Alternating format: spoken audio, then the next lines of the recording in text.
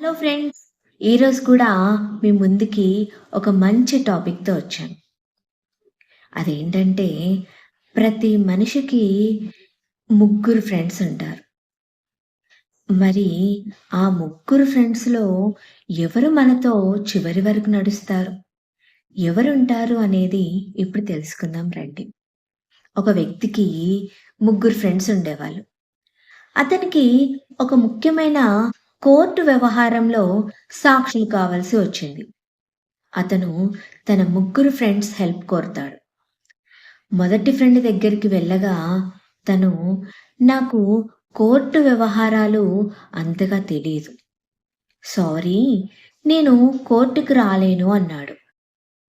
మరి రెండో ఫ్రెండ్ ఏమో బ్రదర్, కోర్టు వరకు సహాయం చేయగలను.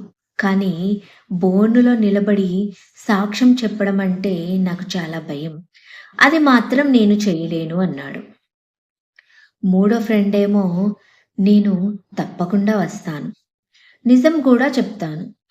ఎంత వీలైతే అంత నేను సహాయం చేస్తాను అని ధైర్యం చెప్పాడు.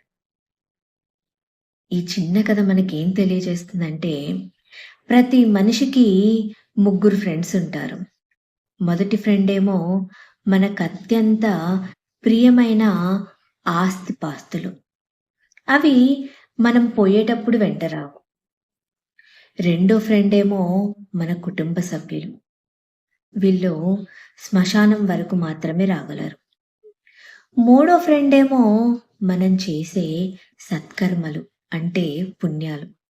ఇవి మరణాంతరం వరకు కూడా మన పేరు నిలబెట్టుటకు ఉత్తర జన్మకు కారణమవుతాయి అని ఈ చిన్న కథ మనకు తెలియజేస్తుంది. మనం వీలైనంత వరకు మంచి పనులు చేయడానికి మన సమయాన్ని గడుపుదాం. Thank you.